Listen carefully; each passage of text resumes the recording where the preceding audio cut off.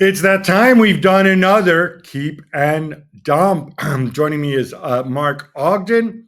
Mark, I think we need to remind people of the ground rules for those who have been paying attention.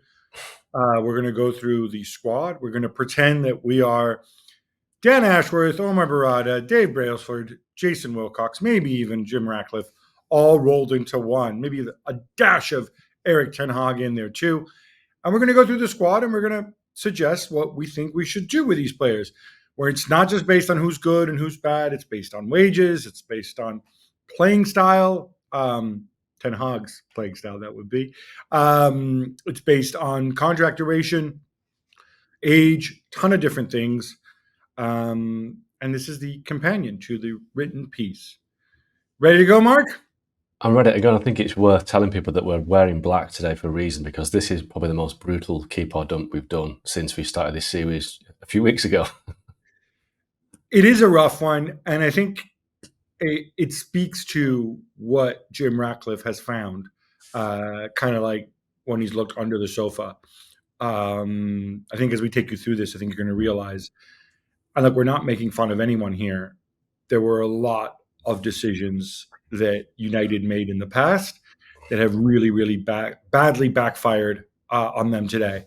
And they're still paying the price for that, and will continue to pay the price for that. But let's start with Ten Hag. He's still there for another year, maybe more if he extends his contract. Mark, you want to tell us this weird situation about he's there for another year after they spoke to Pochettino and Tuchel and Southgate, but he might yet extend his contract? Yeah, so his situation right now, his contract expires at the end of next season, but United do have an option on it to extend it again. So, theoretically, he's under contract till 2026, but I don't know this for certain, but I get the impression that Erik Ten Hag is in a strong position here, and he's basically saying to United, well, happy to stay, but you're going to have to let me have an extended contract as a kind of sign of your faith in me, your belief that I can do the job. But equally, I don't think it's the worst thing in the world for Ineos and Sir Jim Ratcliffe to redraw Ten Hag's contract, because it gives them a little more ability to put in certain targets that they want to meet. And also, there's this situation where under his previous contract, Erik Ten Hag had the final say on which players signed for Man United and which players went. A supposed veto. Veto is probably too strong a word, but now that Ineos want to take that out, but they want to take his overall control out of that, so that it's more of a collegiate approach to signing players when they get a director of football in Dan Ashworth, that the players will be signed to suit the way the team plays or the way the club wants the team to play, and the coach will have to deal with it. I still imagine that Ten Hag will have a big say in it, but what it means is if he does negotiate this new contract, United want to take out that element whereby he has the final say. So ultimately, that final say will go to the technical staff. I mean, I think back to this when we talk about bad decisions, stupid decisions that come back to haunt you. This final say business is absolute nonsense. I can understand you're signing Pep Guardiola, you're signing Ancelotti, you're bringing in Jurgen Klopp, and they say, no, I want final say, my players. I'm sorry, you're signing Erik Ten Hag from Ajax, and you allow him to go and negotiate that with you when very few coaches at any club have anything like that. I mean, sort of what you call the more sort of collegial approach is how business is done, and now it comes back to haunt them because it's going to cost them more money. And they kind of have to do this because they've said that, or certainly it's been briefed, that the idea is, as you said, have people who are thinking for the medium and long-term good of the club in what they do. You've got this wonderful stat, which I'd forgotten about, that under Sir Alex Ferguson and Gill, when they did pretty well, I think, they didn't sign any outfield players older than 27 until they signed Robin van Persie, and that was at the very end. Yeah, that was looking back, we know why that happened. Ferguson wanted to get back at Man City, who'd won the league, and they thought Van Persie was the guy, and it proved to be a successful signing. But prior to that, they had a strict policy whereby they signed players that they deemed to have not so much resale value, but plenty of miles left in the tank. And I think United over the years, in the last 10 years, we've seen they've gone away from that. You can talk about people like Radamel Falcao, Zlatan Ibrahimovic, other players that have come and gone that have been, Casemiro in the 30s, and they've been too old for, a long-term prospect. But I think taking away the veto or the final say, it works both ways for Ten Hag, because right now, it hasn't helped him because the players that he's had final say on, people like Anthony, Casemiro, have not done very well at all. It reflects badly on him. But if they take that away, then he can say, well, these aren't my players. I'm only using the players that they buy What? my Listen, pay. So, can we just? Cause I'm sorry. Can I just? I know, like we've talked about this, about how match-going United fans, they don't blame Ten Hag as much as they blame the players and the Glazers and whatever else, and how they back the manager. If Ten Hag even tries to pull out an excuse, they're not my players. Like, you're a coach. Just do your job. It was like this at Ajax when people signed players for you. I would think that Ten Hag wouldn't do that. And I think we have to get away from this notion that, Ten Hag is some kind of A-list coach, because he hasn't shown himself to be that. Certainly not at Manchester United. Arguably, I mean, depending on how big you want to make the A-list, not at Ajax either. So this works both ways. I think if you're Ten Hag, you should just be happy that you still have a job. It's going to be a transition year. You'll be judged against that transition year. And I want to get to that because now, Mark, you've reported that the budget is around £50 million net. Mhm. Now, what that means is that if they're going to spend more than that, they have to find cost savings, either by transferring players out for fees. They'll get a little bit of a boost with Martial and Varane moving on. Both were big earners. They'll get a little boost as well because a lot of players have clauses in their contract where their contract gets reduced if they don't qualify for the Champions League. But fundamentally, they're going to have to make this work on a budget to stay within profit and sustainability rules, right? Absolutely. They can't be throwing the cash around like they have done in the last couple of windows. And this is the kind of the contradiction of the Glazer out campaign, that the Glazers haven't invested in the club. Well, you could argue they haven't invested in the stadium, but over the years they've actually spent a lot of money. Last couple of windows they overspent, and they just haven't spent it wisely. So they're having to, they're paying the price for that now, in the sense that the money that was there a couple of years ago isn't there now, and they're going to have to cut their cloth accordingly, which isn't a bad thing because it might make Man United a bit more selective in the players that they sign, the targets they go after. And, the market, I think, is going to be quite a depressed market this summer, in the sense that there's not as much money doing the rounds as people expect. There's none of the leagues in Europe have got lots of money. So if United are astute and canny, they might be able to find players for, I won't say bargain fees, but more realistic fees, that they could actually get this rebuild well underway if they're clever in the market. But as we know, all the key building blocks for that cleverness aren't in place, because they still don't have a sporting director, director of football, because they haven't managed to get Dan Ashworth from Newcastle yet. So they haven't got the people in place. So it suggests they might make more mistakes because we don't quite know who's making these decisions. And again, is a problem. Well, I'm assuming Dan Ashworth has been sitting at home and studying the squad and thinking about what he's going to do as soon as he has a permission to do it. But you're right. This is a transition year. These people are going to work together for the first time, Wilcox and Ashworth and Barada, and we have to take that into account. So let's go through this. All right, Andre Onana, least of anybody's concerns. He's 28. He's got a contract through 2028, plus an extension. Yeah, he's the starter. You keep him. Box tick there. You may like him, you may not like him, but there's other priorities. The guy I find is interesting is his backup, Altay Bayindir, who, weirdly, they brought him in as a reserve goalkeeper. He'd been a starter at Fenerbahce for 3-4 years, and yet he never played. I think he got 90 minutes in the FA Cup against Newport County, and that was it. Mark, you think that this tells you that Ten Hag not wholly enamored with him? Does it matter? Well, it does matter, I think, because, if Andre Onana suffers a serious injury on the 2nd of September and they haven't got a backup goalkeeper, it's basically Tom Heaton or Altay Bayindir. Now, you would have thought that most number twos play in the cup competitions. They certainly play in the Carabao Cup and they play in the FA Cup, but he didn't even do that. Now, obviously, United would not take the Carabao Cup in their second game, so the opportunities weren't obviously there for that to happen. But one element I was told was that Ten Hag wanted to play Onana more than he probably should have done, because he wanted him to build a relationship with the defence and settle into the team, and obviously because he was a different type of goalkeeper to David De Gea.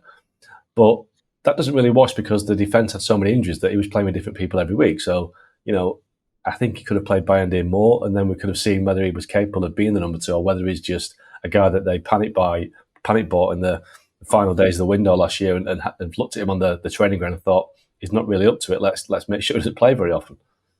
Okay, but that would be stupid. You have to play him at some point to find out what he's worth to you. I think we're in agreement. Bayindir stays and is the backup. Tom Heaton's contract is up. You want them to re-sign him. Looks like that's going to happen. For my take, he's 38 years old. The only reason you keep him around is if he's happy to kind of be the Scott Carson of Manchester United, and be around, maybe do some coaching and so on. If he expects to play, if he wants too much money, I would much rather give the third spot to a young keeper. Yeah, I mean, the decision that Tom Heaton has to make, and he turned down and moved to Luton a year ago, is that he either decides to play out his career and has a couple of years at a decent level, or he plans for the long term and looks at a possible coaching role at United. So State United, get a coaching role, so you've got your long-term future secured. So I think that is the way that it seems to be going. It's fine. As long as he stays, he can't break balls about wanting to play. No, absolutely. No, right. He's there. He knows. When it's time to rest Onana, Bayindir plays. Altay plays, right? Yeah, it has to. You have to be very clear on that. Yeah, absolutely. At the back, obviously, Lisandro Martinez, the one bit of good news now that he's fit again. Hopefully he stays fit. Rafael Varane is gone. That frees up some money. Johnny Evans, he's 36 years old. His contract's up. You want to extend him for a year. Yeah. I'm happy releasing him, probably, unless he comes back for no money and accepts the fact that, very little money, and accepts the fact that other people are going to be ahead of him. Yeah, but I think Johnny Evans is happy to play that role. I think he's basically delighted to have this kind of unexpected second chance at United. And he took it last year. He was one of the better defenders, one of the more reliable defenders. Varane's already gone. United's options at the back aren't A, particularly good, or B, particularly reliable. So you can't just say, well, let Varane go, let Evans go, and rely on Maguire and Lindelof to be your guys, because they haven't proved themselves to be fit. Yeah. Martinez hasn't proved himself to be fit enough. So they need the options there. Yeah, the question is, do you want a guy? I only want a guy that age as an option if he's a cheap option. And I think we need to look at, you mentioned both of them there, Lindelof and Maguire. Both of them, their deals expire in 2025. Mm-hmm. As does Willy Kambwala. Let's just deal with Kambwala first, because we agree with this. This is pretty obvious. You have to extend him. He's 19. Mm-hmm. I think he showed when he did play. Obviously, he's had a really bad injury before. He's raw, but there's something there. So we extend them, and then we can figure out later, based on the composition at the back, whether to keep him as a fourth or fifth defender or whether to loan him out, right? We're in agreement on that. Yeah, absolutely. I think you have to give him the chance. He's only 19. I know the other two, Maguire and Lindelof, Tweedle Victor and Tweedle Harry. Look, Lindelof, both of them contract up in 2025. As he said, he got a year to go. Lindelof is 29, Maguire's 31. We know they tried to move Maguire every which way last summer. That didn't happen. Lindelof, if you're not going to extend him, there's no reason to keep him. Mm-hmm. So I think we agree that he should move. Ideally, you would move Maguire too, but that's not going to be possible because it wasn't possible last summer. Maybe you might have had a hope if he had a strong Euros, but he's injured. Nobody's going to sign to Maguire on that kind of money when he's injured, when he's going to be a free agent in a year's time. We agree. You're kind of stuck with Maguire, but maybe you can get some money for Lindelof. That's exactly what it is, because we're in the situation where neither are good enough or long-term prospects, but you can't get rid of everybody. You have to make a decision on, you have to keep one and let another one go. And I think, although Lindelof is more versatile in the sense he can play at fullback, I don't think Lindelof's ever been Man United quality. I don't think he's ever been good enough. And I think Maguire at times has stepped up. And I think Lindelof at 29, you can get a fee for Lindelof, whereby Maguire at 31, it'd be really difficult. So I'd let Lindelof go because, I think he kind of talks to the malaise that United have had over the years. He's been there for too long. He's a survivor. And there's been too many survivors in this squad that don't really deserve to have such a long Man United career. I think the ship sailed with Lindelof a couple of years after he signed, maybe even earlier, but he's still there. The other centre back in the mix is a fellow named Will Fish, who plays for Hibs. He's been a starter at Hibs in Scotland for 18 months. He's 21 years old. his deal's up in 2025, although there's a club option. I think it's promising that he's been a starter in not a top league, but he's been a starter for 18 months, and he's young. At the very least, I think we agree you want Ten Hag in the club to evaluate him up close, see maybe he can be your fourth or fifth center back this season, and then you either loan him or you loan Kambuala back out. They will have markets on loan, yeah? Yeah, I think you toss a coin in terms of which one you keep and which one you loan out. But bearing in mind, you decide who fits your system better. Yeah. Why do we have a technical director? If you really think Jason Wilcock's going to sit there and just flip a coin? Well, it's a turn of phrase, Gav. What we'll say, I'll put it another way. Fish is 2 years older than Kambuala, so time is running out in many ways for him to prove himself at Man United. So if you're not going to give him a chance at 21, you're not going to give him a chance at 22. So I think you have to look at it and give him a chance to show that he's developed and use that loan spell to his advantage. And if he isn't good enough, then you let him go and you give Kambuala the role as a fourth or fifth centre back. But I think you have to look at him. All right, looking at the fullbacks, Luke Shaw, 28 years old. His deal's up in 2027. He signed 10 years ago this summer. He has appeared in 191 games, which means he basically missed half of them. And this includes appearances off the bench, incidentally. There's nothing you can do. You just hope he stays fit. Nobody's going to sign him. Nobody's going to take him. You are stuck with him for, believe it or not, another 3 years. That one's easy. Just on Luke Shaw, though, Gab, I think, he did have that horrific injury that he suffered at PSV Eindhoven, and that was 2015. That was a long time ago now. And he's come back and he's had other injuries in it. Like I said, that stat was shocking to me because that is 10 full seasons. So theoretically, he's missed 5 full seasons of football when you look at the numbers. 191 games out of a possible 380. That is terrifying numbers. Really, you're just scaring us. We have to try to think positive. This is the summer of Ratcliffe, the summer of change. I know you're dressed all in black. It's realism, Gab. Not we have to be realistic, not optimistic. But we have to look forward. And if he's fit, I think he can contribute.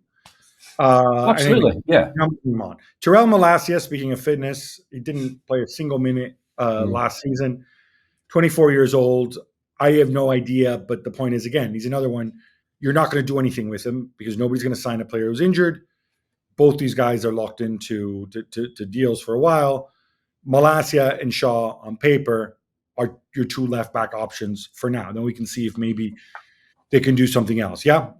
I think they're well covered at left back. Left backs are in short supply. We've seen a lot of clubs just haven't got left back, so I think they're okay there. All right. Well, okay with the guy who hasn't played and the guy who missed half his starts over the last 10 years. Sure. Bigger problems elsewhere. Speaking of left backs, Brandon Williams has been released. He's gone. Diogo Dalla, moving over to the other flank. Diogo Dalla, 25 years old, 2028, got a new deal. I think he's good. I think he's good going forward. I know people like you are going to fuss about his defending, but hey, in the modern game, fullback is an attacking position. He can back up both sides. Unfortunately, he can't play both right back and left back at once. That's beyond him. He's in the squad. We'll see if he merits a starting spot. But obviously, if you make him a starter, then you don't have him as a reserve. No, I mean, listen, Dalot has progressed and he has taken the chances he's been offered. And you're right, he's very good attacking-wise and he's got tenacity. You can't knock him for those qualities. But ultimately, he's a right back. And his defending at times is woeful. His concentration is poor. Now, yes, the modern game is different, but you still have to have a guy who's got a defensive instinct. And I think I'd of course I'd keep him because I think he's one of the players that has progressed, but I do think he needs to work out his defensive concentration and improve in that aspect. If he does that, then he's a top-notch player. But I think as it stands right now, United could probably get a better right back, but other priorities. So he will be an issue that doesn't get addressed this year because they've got other issues to deal with. Going back to left backs a minute, one guy we didn't mention is Alvaro Fernandez. He's been on loan a lot. He was a Preston and he was at Granada in the first half of last season. Moved to Benfica in January. Clearly did well enough that Benfica made his move permanent for more than £5 million plus add-ons and stuff. He's 21. We're trying to look forward and be positive. Obviously, if he turns into the next Alex Grimaldo, they're going to look really stupid again for the umpteenth time for not realizing what they had there. But positives, He brings some money in. You can put that in the kitty towards signing the players you want to sign. Final defender I want to get to is Aaron Wan-Bissaka. Again, you and I pretty much in agreement on him. Again, he's got a year left, 2025, which means you won't get full market value for him. But he's got to move on, yeah? Absolutely got to move on. And I think I've been told that he could be used as potential swap deal for Michael Elise if United pursue that. Obviously, I know that Chelsea and Bayern Munich are keen on Elise too, but he's a player that United can use to, leverage to bring another one in. So, and again, he's not Man United quality. His distribution with the ball at his feet isn't good enough, but this is the issue that United have got over the year. They've stacked a squad of very average, mediocre players, and having to step it up is difficult when you've got to get these players out of the building. You reckon that you can get 15 to 20 million for him? That could be the limit. I think 15 is the limit for a player that has got a year left in his contract, and he's a defender that isn't very good at what he does. Okay, speaking of players who some people feel aren't very good at what they do, let's move on to the midfield and Scott McTominay. Now, remarkably, sometimes we see clubs, move out a big player to raise funds and so on. I'll go out on a limb now and say the biggest transfer fee that United will fetch for one of their players this summer will either be Wan-Bissaka or Scott McTominay. We both want to move him out. Yeah. No, I mean, Scott McTominay's 27. He's not a kid. I think people think because he's come through the ranks as a young kid, but also because he came through the ranks, any fee that United get for him is very useful in PSR in terms of the pure profit situation. Yes, he scores goals, and yes, he can be relied upon to, be 100% committed. But again, without boring people with what Man United need, they don't need players who are good runners. They need players who've got top quality. And I think in some ways he's like today's version of Jesse Lingard. He's a player that, yes, will run around and create a bit of problems and score the odd goal, but he doesn't really bring anything to the party in the sense that he doesn't make United better. But again, this is where Man United are because of years of flawed recruitment. So let McTominay go and try to bring somebody in who can take them to a different level. Yeah. You always, in the past, said, somebody's foolish enough to take him. And it was usually, you usually mention West Ham or Everton or Sunderland. I think times have changed a little bit, but you still reckon that they can get maybe 25 million for him? Yeah, because I think his standard is good. It's just not Man United level. Well, see, I will bet you lunch. I'll say they get more for Wan-Bissaka than they get for McTominay if they move, but we'll see. I'll take that bet because I know you like an expensive lunch, so I'll definitely take that bet. Next up is Amrabat, who I'm going to do a little bit later, and for reasons that'll become obvious. Casemiro, 32. He's got 2 years left plus a club option. I think it's pretty evident he would like to move on. I think it's pretty evident the club would like him to move on. You and I would like him to move on too. Mm-hmm. It's obvious why, yeah? Yeah, listen, he served a purpose at the time briefly when United were in a real mess at the start of Ten Hag's first season, but he's no longer capable of doing what he was brought in to do. And I think it's kind of sad to see that he hasn't got the legs anymore to play in the Premier League. I think he was exposed at centre-half and that wasn't his fault, but I think he wants to play. United want him off the books, and I think they'll both come to an agreement whereby I think they'll respect each other's wishes and move on, and he can, get out of the Premier League because it's too demanding for him. So the really tricky thing is they paid, 60 million for him 2 years ago? Is that right? 70. God, to make that's even worse. So essentially what this means through the magic of amortization is they're going to take an absolute bath on him if they sell him for less than 35 million, they're making a loss. Mm-hmm. Nobody outside of Saudi will give you 35 million. Yeah. I think the summer of Saudi was last summer. And also, you're going to have to take a hit and make up for it on the fact that you're when you lose him, you're losing his wages as well, right? But even if that Saudi money is there, why would they be so stupid to spend £35 million on the guy's 30? So it didn't have money. Let's see what they spend money on. And then we'll see. So he's gone. We have him going too. Kobbie Mainoo, most definitely not going. 19 years old. It's locked up to 2027. Christian Eriksen. Here's another one. He's 32 years old. Contract up in 2025. We both have him as a move at this stage. Mason Mount is back, fit. You're not going to extend him. Get back what you can. Maybe he wants to move too, so he can play more. He enjoys playing football. This is straightforward, right? Yeah, absolutely. Christian Eriksen, like Casemiro, like Ibrahimovic, like Edinson Cavani, all these players they signed them all 5 years too late. And the problem is you get 18 months out of them. And I think Eriksen, again, served the purpose last year. But now I think he's struggling, and we know why. He's doing so well to be playing again after what happened to him at Euro 2020. But I do think that Eriksen now is no longer able to produce what United hoped he could do when he signed him. Bruno, he's 29. He's a deal through 2026 plus a club option for another year. You say he's United's best player. But normally when a guy is in the last 2 years of his contract, we always say, all right, smart club with a good player extends the deal, preserve the asset value, blah, blah, blah. I think it's a little bit different with Bruno for two reasons. One is he's 29. He makes an absolute mint, which very few clubs are going to want to give him.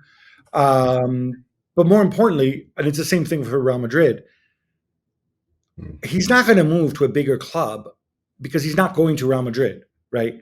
He's not going to move to another club in United's stratosphere. So he may want to leave, but you're in no rush. It's not like if you don't get the deal, he's going to sulk and say like, oh, I really wanted to go to Barcelona, and now you're not letting me, so I'm going to get into a huff or whatever. It's just not realistic. It's not going to happen. I don't think it's his personality. You have the leverage, use the leverage. You've got 2 years plus the club option. There's no reason to discuss a new contract for him for another 18 months, yeah? No, absolutely. And like you say, the old days of Barcelona being an option and not because they haven't got the money to do it. So this is what a lot of clubs haven't realised this summer, whereby certain players that might think they want to move elsewhere, they're going to struggle to because nobody's able to come up with the funds for the fee or the wages to take them away from big clubs like Man United. I think that's what a lot of people miss when they talk about this and talk about Bruno. The other reason, by the way, why it would be foolish to give him more years on his contract is Ten Hag may not be the manager in 12 months' time. You may get a guy who says, you know what, Bruno, great player, but not for me. He doesn't fit my system because Bruno is a pretty unique player. Then you have to kind of build the bits around him. So you could argue he doesn't fit Man United's system. That is the thing. That is the thing with Bruno. That at times you watch him play and think, does he make this team better? Or he's a good player, but does he? So you're right. You've got to find a coach that really believes in him and can find a way to make him play without his deficiencies causing your team a problem. All right, Mason Mount, 25, 2028, hardly played last year. You just wish that he stays fit. He showed what a player he could be 2-3 years ago. You're stuck with him. Hopefully he gets back to that level. If he does, I think he's an automatic starter on this team. We also have two guys who we both want to move. Hannibal Medri, he's been on loan at Sevilla. He was really poor at Sevilla, hardly got into the team. This is easy. This is a move. I'm thinking you can maybe get 3 to 5 million for him, even though he just has a year left, just because he's 21 years old. People forget that he had a season he had a loan spell at Birmingham prior to last season. He was poor there, and he came back to Man United, and it was even worse. He's just not good enough. He's just really, and I think you can often find why clubs struggle when you see where these players end up, and if they end up at clubs that are way, way below where Man United are, and that's where he'll end up. He's just not good enough. Right, but I think you can get a little bit of money for him. Donny van de Beek, I feel sorry for. He's 27. The contract also a year away. He couldn't cut it with Ten Hag, then went to Eintracht Frankfurt. Did not do well in Frankfurt either. It's amazing. In the last 4 years, he's made 15 league starts for 3 different clubs. Nobody's going to give you money for him. Maybe they'll give you very little. You just hope, just as a person, that he finds fitness and he finds happiness somewhere. It's not going to be at United, yeah? Yeah, you'd have to feel sorry for him as well because he came over to the club during the heart of lockdown and COVID, and he never settled. He got a bad injury, and he's had a terrible time at United. And I think, for the personal reasons, I just think you need to let him go and let him get on with his career somewhere else. We're going to get back to this later, but if you've been keeping score at home, if we move out everybody we want to move out of the midfield, the only midfielders remaining are Bruno, Mason Mount, and Kobbie Mainoo. Now, obviously, they're going to sign players. I'm just wondering, and this player would be like a new signing because his loan spell is over. Might it make sense to see if you can make a deal for Amrabat? And again, Amrabat on loan from Fiorentina. He has a ridiculously large clause to make it permanent. It's like 20 million. Mm-hmm. Obviously, there's been some games he's been good, some games he's been not so good. At left back, he was horrific. I'm just wondering, I don't know what appetite Fiorentina have. Just because the option to buy was 20 million doesn't mean you have to pay that. Mm-hmm. If you could give Amrabat, say, a 3-year deal, if you can get him for 10 million, is it worth bringing him in, given his versatility, given he's already familiar, given that you may not be able to sign, you may not have the money to go and sign 3 more central midfielders? I like the sound of a £10 million deal, but I don't like the sound of a 3-year contract. I mean, that is the, I think you've got to be a bit more kind of. Or 2 years. I think two years maybe. I think I can see your logic there. I think he did well in the cup final, and you're right. His problems came by playing out of position too often last season, and he got injured. And if he was playing in midfield like he should have been, he might have had more of an impact. But I don't know. I mean, it's not a decision you make now. I think that's one that you might go back to later in the summer. But you could have the same discussion about Marcel Sabitzer a year ago. They should have really brought him in from Bayern Munich. He'd have done well for United last season. Didn't do it. But maybe that is a creative solution to a problem they've obviously got, because they do have a lot of bodies that look like they're going to leave the midfield. And they will have to get creative as we move into the forwards, wingers. Marcus Rashford, 26 years old. Deal expires in 2028. Mm-hmm. You're keeping him because nobody can afford his wages and nobody will give you significant money for him. And presumably he wants to prove, he loves the club. He wants to prove that the real Marcus Rashford isn't the one we saw for too many stretches last season. I mean, let's get away from this. He loves the club. I mean, no players love the club. I mean, they love. Come on. But he's basically Bruno Fernandes without the performances last season. Big wages, big reputation, but nobody wants him. Nobody can afford him. So Rashford really has to kind of use this summer off.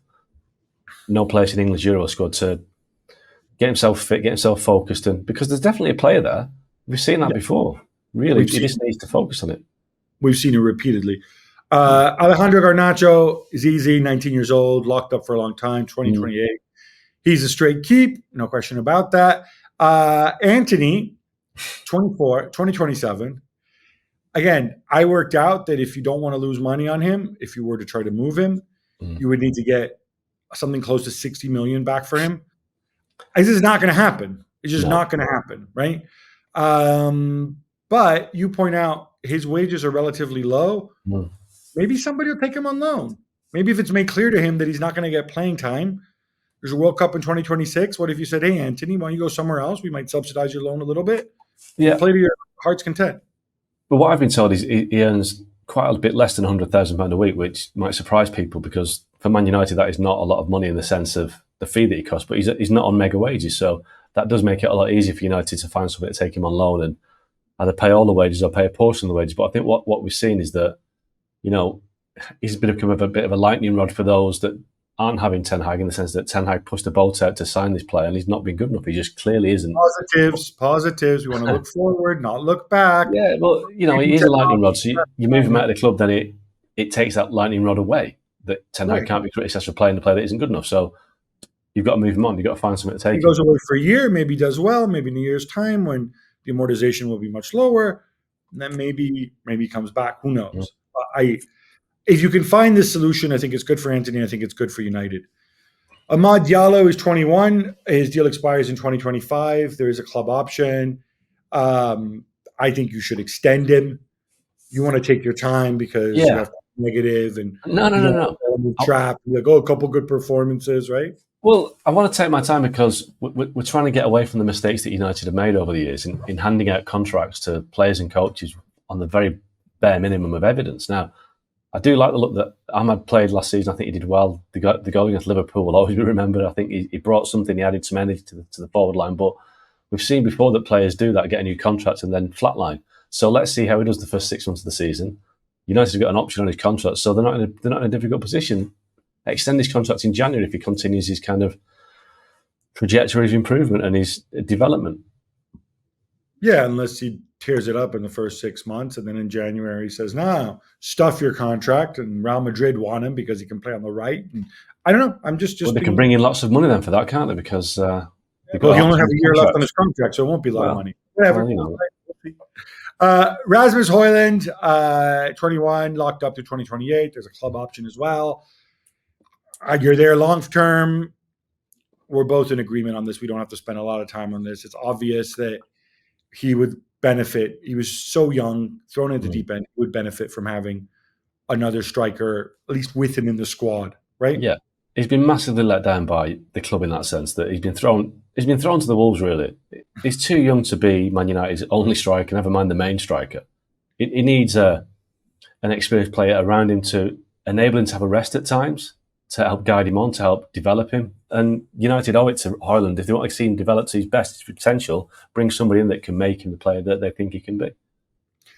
Omari Forson is 19. He was out of contract. In fact, he has signed with Monza as a free agent. Always wanted to go challenge himself in Serie A because the Premier League too easy for him, clearly. I think in our conversations off air, you said not good enough. So I'm assuming you're pretty confident that Omari Forson and Alvaro Fernandez won't go back to haunt United. Well, he's not going to Monza to race cars, is he? He's going there to score goals, so we shall see. True. We'll see. Anthony Martial, 28, 2024. He's gone. I don't even want to talk about him. I'll let you talk about him. Do we have to? You say he's the personification of United's recent problems. Well, he's been there forever, seen off successive managers, failed to realize his potential. Jose Mourinho tried every which way to get rid of him in 2018. And then 6 years later, the dude is still there. Yeah. Well, so being around Man United a lot as I am, that the amount of people that say that Anthony Martial is the problem now, he's not the only problem. I mean, he's a talented player. But if you take away the goal he scored in his debut against Liverpool, it's kind of hard to think of his highlights reel. But he has seen a succession of managers. He's had 9 years there. He's never come anywhere close to living up to his potential. He's never scored enough goals. And he's just not good enough for Man United. And I think the fact that he's still there and he survived shows you the problems they've had. They should have got rid of him. Mourinho tried to get rid of him. He felt he wasn't good enough in 2018. So 6 years later, he's finally left. Nobody's going to debate this with you. Okay? No. That's easy. Jadon Sancho. Now, this, I think, is interesting. 24 years old. He's got 2 years left on his contract. We both suggest that he should go on loan. And I'll explain why it would be, in my view, it would be stupid to shift him. The reality is United have very little leverage on him. Obviously, he did well at Borussia Dortmund for 6 months. With Ten Hag sticking around, the door's closed on Sancho coming back. So if I'm Borussia Dortmund, I'll be like, you know what? I don't really want to go and pay 60 million, 70 million, whatever United might want for Jadon Sancho. I'm just going to renew my loan. Equally, Sancho's still on United wages, so it's not like there's going to be big clubs from all over Europe that are going to queue up for Sancho. Sancho's only ever played at senior level for Borussia Dortmund and United, so he's not going to be like, oh, let me go and sign for Atletico Madrid or whatever. And so, from United's perspective, selling him now would mean selling him for really a bargain basement price, 30 million, 40 million. You're going to lose money on him. Send him on loan. In a year's time, maybe Ten Hag's not there. Maybe somebody who actually likes him is there. You get his wages off the books for a year. And if he does well, you can sell him and you can let him go for a fee in a year's time. Dortmund will want him even more if he does well. Yeah, I think that's the only option. I think you're right. I think that you have to kind of ride it out a little bit and see. He's got a long contract, a big contract, and just see what it takes. Because obviously Dortmund have got a new coach coming in because Edin Terzic has left, and their model isn't based on what the coach wants. But still, it may change the way that Sancho plays if he does play at Dortmund. So you've got to sit tight. And again, Ten Hag might be gone by Christmas, and Gareth Southgate or someone else might come in, and things change. So yeah. Next season, loan him out and see where the situation is in a year's time. Mason Greenwood, he's at Getafe on loan, 22. I think 2025 is his expiry. He's got another year. It's a club option on that. Like, it's very obvious He can't come back to the club for obvious reasons. Everybody knows the story. You make the point. The situation is not United's fault, right? They've got nothing to do with it. They shouldn't lose money on this. They shouldn't be penalized themselves just because they don't want to be associated with Mason Greenwood beyond not having him actually play for United. At the same time, I think it's difficult to transfer him somewhere for a fee unless Getafe want to pony up the money, because if you're Greenwood, the fee's not going to be huge. He scored, I think, 8 goals last year for Getafe. And he was there, pretty much all season, right? Yeah. Or most of the season. That's not some sort of eye-popping return. So if you transfer him now, you're looking at maybe 15, 20 million, not much more than that. Extend his loan, see if he improves, and see where you are in a year's time. Yeah. I've been told that United's preference this summer will be to offload him for a fee, but they accept that is unlikely because of the situation that we know about.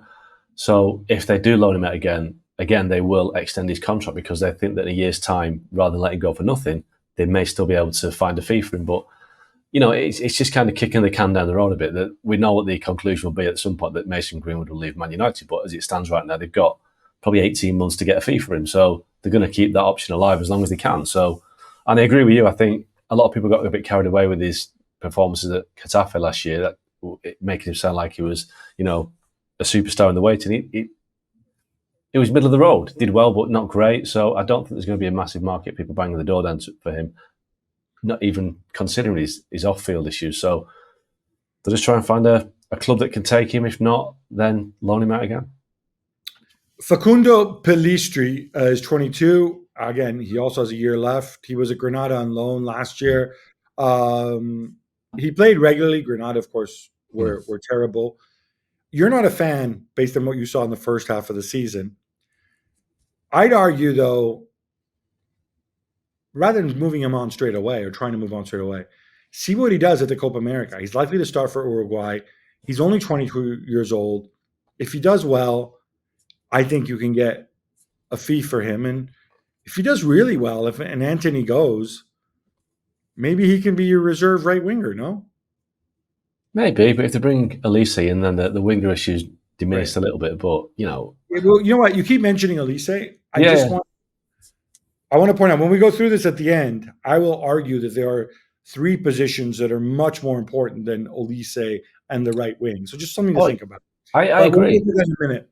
I agree with that. But I think Pellistri, again, I just think he's another example of how United have allowed themselves. It's almost been like Manny's decline. They've allowed themselves to sign players each time that have been inferior to the players they're replacing. And he was a kid. You don't know what's going to happen. I know he was a kid. But and obviously there's an emotional attachment to homegrown kids at Man United, despite the fact he's from Uruguay. But no, he's not good enough. Let's cut the emotion out of it. He's not good enough. Move him on and try and find somebody who is, again, Man United standard. Okay, so when we go through this list, and I'm going to say my pro Ten Hag bit here. Ten Hag finished 8th. He won the FA Cup. When we go through this, the number of players you kept saying over and over again, not good enough, move him on, lazy, McTominay, rubbish, Wan-Bissaka, whatever. And then you consider that so many of the good ones were injured for so much of the year. Maybe finishing 8th wasn't as terrible as some people suggest, right? When you actually take a look at the squad and the players and how these guys fit together. Now, I know Ten Hag bought some of these bad players in, but I'm just throwing that out there. Yeah. The reality is, this is a transition season. You made the point. They're not going to solve this in one window. I think it's going to take 4 windows, maybe more, to get United where they want to be. They basically, and the more difficult thing is this summer, they're going to have to bring players in, shift them out, without knowing who their manager is going to be in 2025, right? So when Omar Barada goes and negotiates with somebody, and he says, yeah, but will Ten Hag be the manager in 2025? I don't know. We'll see, right? That makes it's so complicated to really, I think, have this anything more than a clean house, maintain position, take baby steps type summer.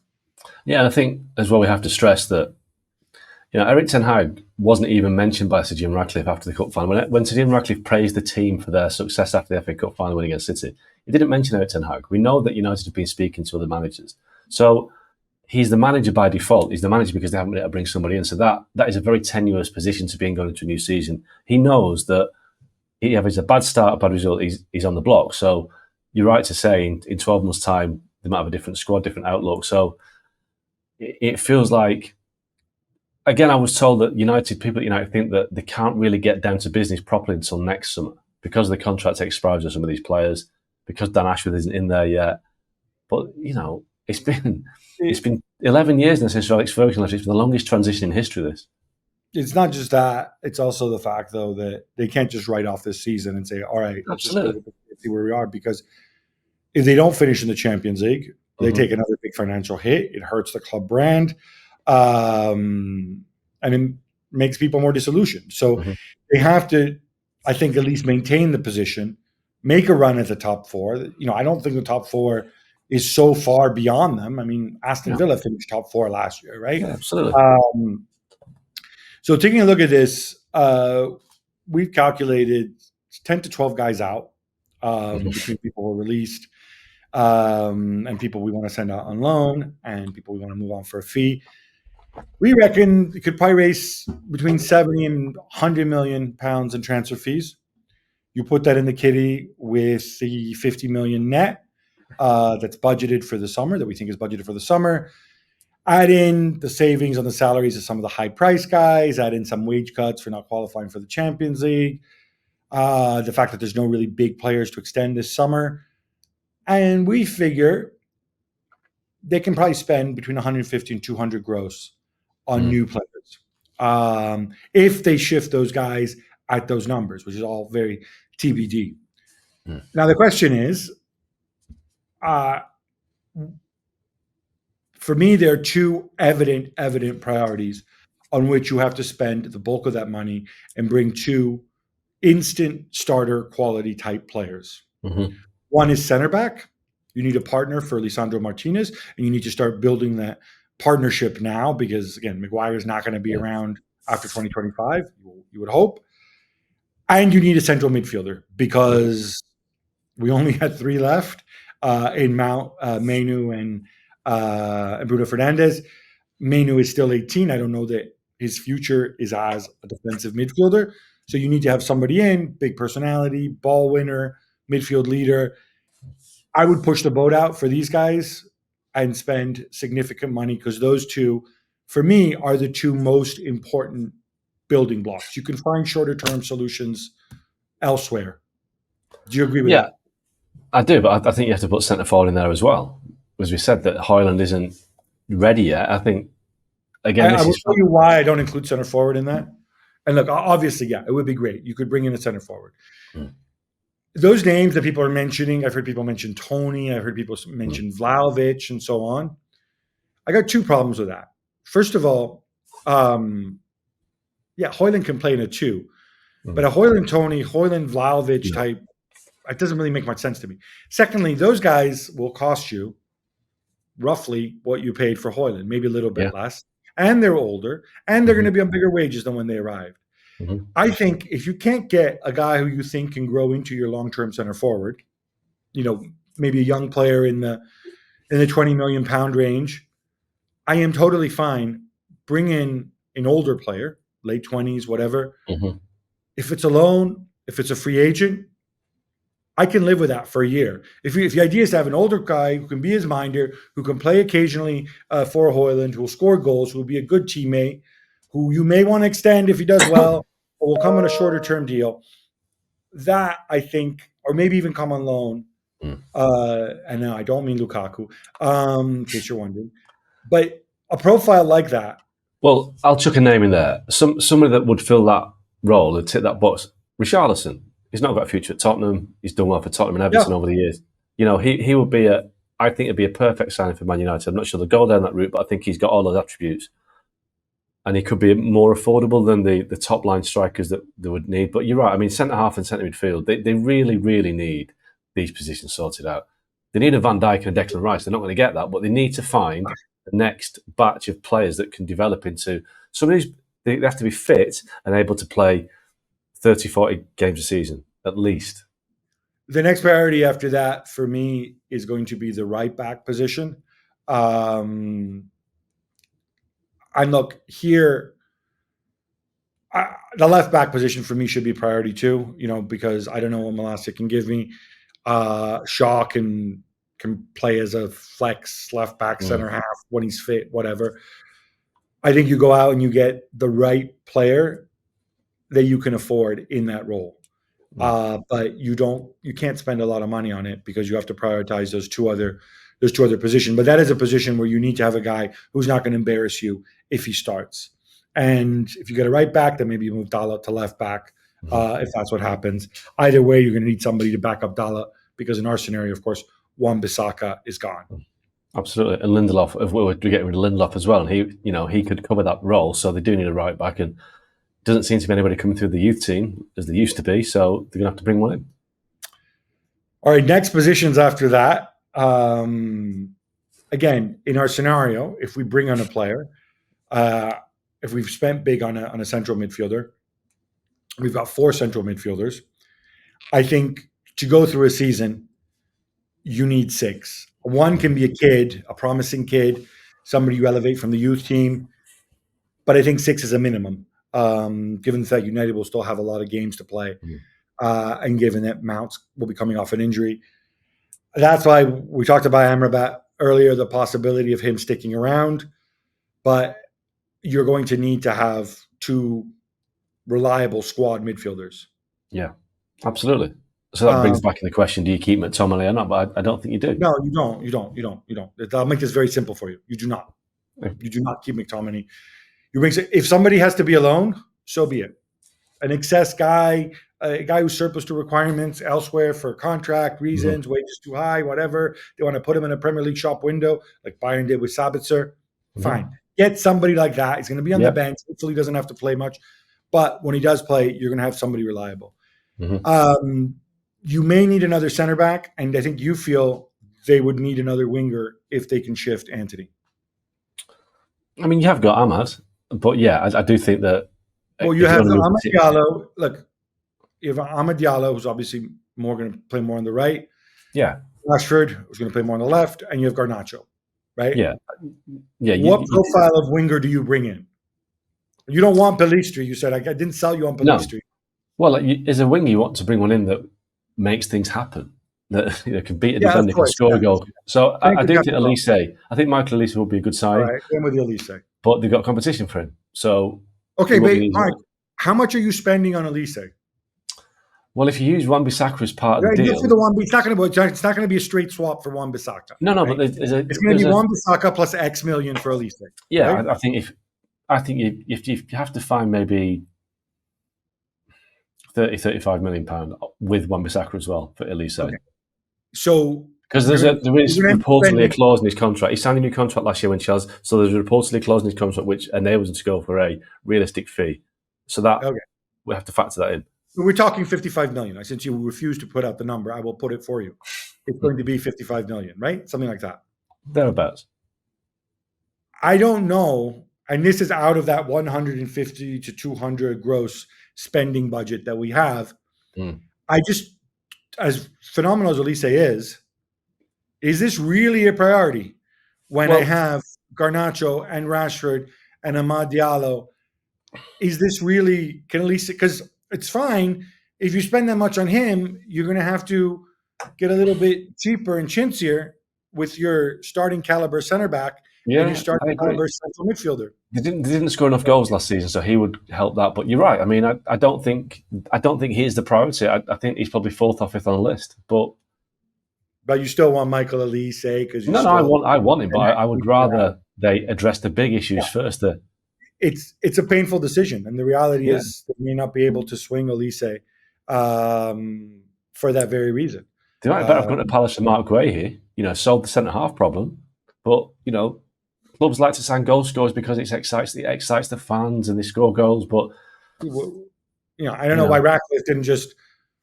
Well, you know what? He could have bought Crystal Palace for Nice plus cash, and then he just merges it into Manchester United South. In fact, you could play If United played one game a month, given how many United fans are in London, at Crystal Palace, you charge fans, tourists, £1,500 a ticket. Think of all the money you could make. Well, And you'd considering have how Eze, Crystal and Palace, you'd have Olise, and you have Marquet, and you'll yeah, give considering Henderson. how Crystal Palace destroyed Man United at Selhurst Park 4-0, you'd probably buy the whole of the Palace team, you know, and then just say, there you go, swap. There you go. All right. I think just final thought. This is really, really difficult. And I know, and I want to get this out there ahead of time because we comment on football, give our opinions for a living. We will be very hard on Ten Hag. We've been hard on him before. We're going to be hard on him again. We're going to be very hard on United as a club, on Barada, on Jason Wilcox, on Ashworth when he shows up, on Dave Brailsford. But I'll say this. Blanc. Wow, but that guy just signs the checks. But it's hard to screw that bit up. But what I'm driving at is they have a really, really, really difficult job ahead of them. And I think hopefully we illustrated how this is a really, really big task. And I hope we'll remember that. And I hope we'll grade them on a curve. Absolutely. It's not as easy as it looks on paper. It does take a lot of working out and balancing and making decisions that aren't the easiest decisions at times. You have to swallow some, but Man United have got a big summer and winter and next summer ahead.